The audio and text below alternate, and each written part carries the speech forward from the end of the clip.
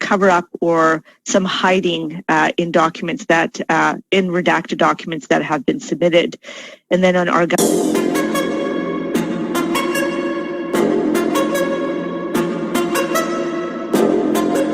tomorrow we will return to the good work of helping children. Thank you, Mr. President. Thank you, the Chair. Mr. McDowell would like to say a few words.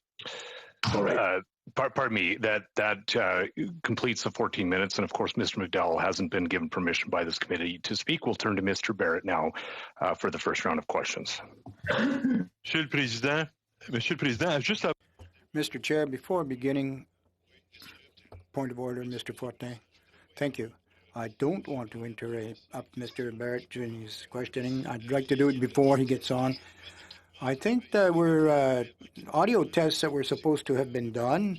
Headsets were provided. There was no test conducted.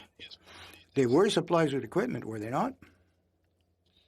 Their lawyer wasn't advised with regards to what the technical requirements were for preparing for this committee hearing.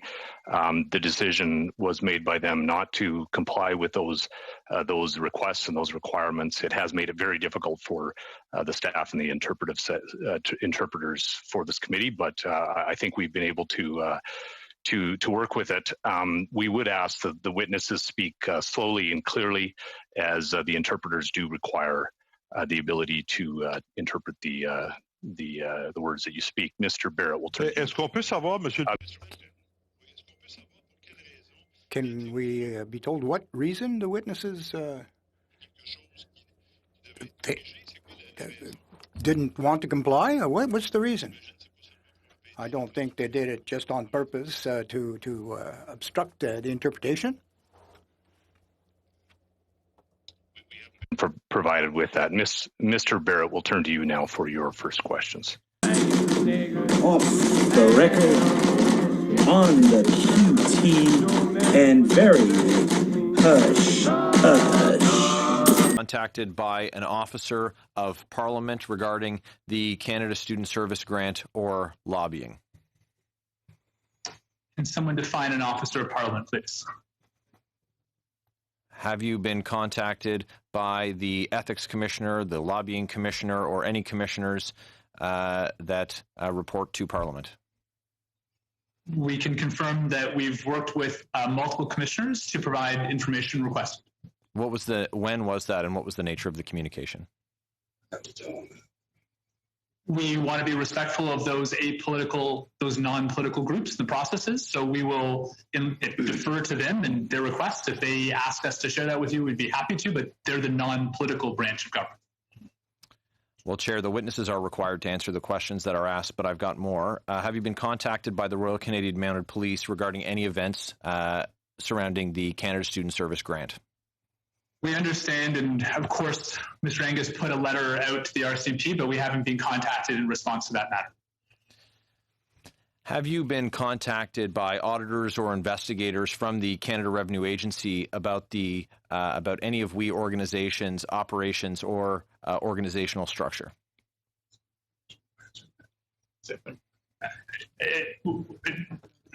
Mr. Angus, once again, for political reasons, put that letter out recently to the CRA, and we've yet to be contacted by them. Are there any investigations that you're aware of that are ongoing with respect to the events arising from or the Canada Student Service Grant that I haven't covered?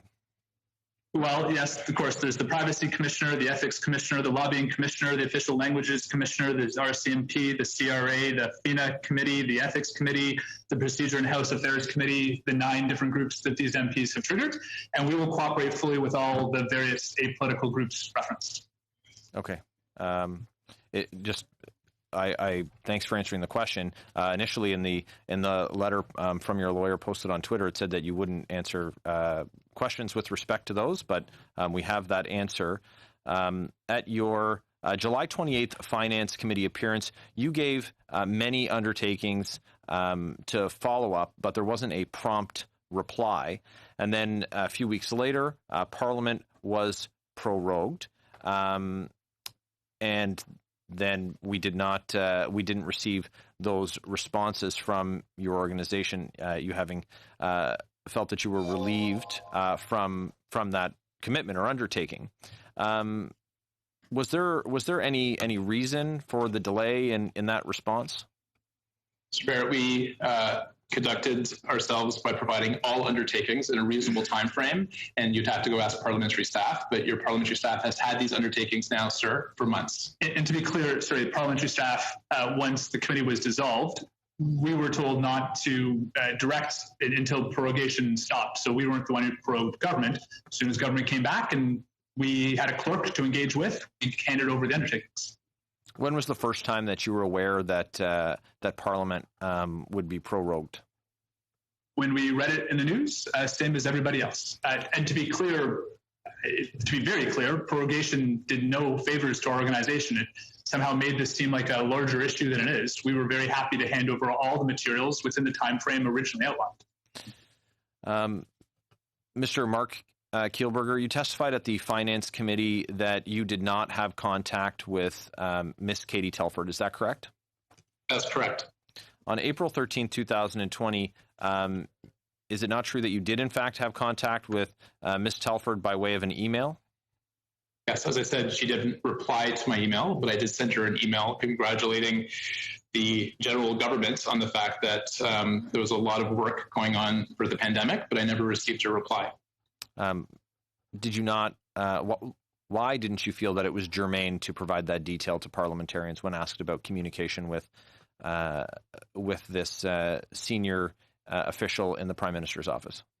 If you check the transcript, it was shared proactively by members of Parliament. That email had been already shared. The conversation that we had as part of the FINA testimony. What other communications have you had with Ms. Telford? Is there a time frame, sir, that you're thinking of? From the date of that email to which you say you did not receive a response, what other communications have you had with Ms. Telford after that point? None. What communications did you have with Ms. Telford prior to that point? We'd have to go back and look at our records. Will you undertake to provide that information to the committee in a written form? We'll consider that. Chair, I would like it to be a request of the committee that the witnesses do undertake to provide that information in written form. Just so we're clear on the nature of your request, are you asking before she was in the civil service? You're asking us to go all the way back to any communications ever with her? Is there a time frame that you could put to this? The communications for which you had with her in your official capacity as the founders of the WE organization, that's the information that I'm looking for. Point of order, Mr. Chair. I just, for my own part, recognizing a point of order, Mr. Erskine-Smith. Just if it's to be a request of the committee, I would like some clarity as to scope and relevance. Because I mean, what dates are we talking about, and in relation to what kind of interactions? Just for my own clarity. Chair, I'll come back with a motion after we've completed the witness testimony, and should it be the will of the committee, we can undertake it then. We can provide that request to them then.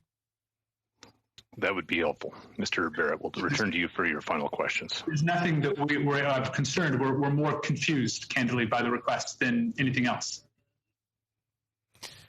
Mr. Mark Kielburger, last spring, you did speak about a phone call with the PMO on April 23rd, the day after the Canada Student Service Grant was announced.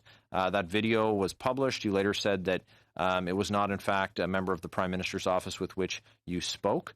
You simply said you don't have the right date when asked. So why doesn't this sound right? Mr. Barrett, we spoke about that extensively in the last FINA testimony. I misspoke. I apologize. The initial point of contact was with Craig, with Rachel Warnick. So on which date Thank you, Mr. Barrett. Your time is up. We'll now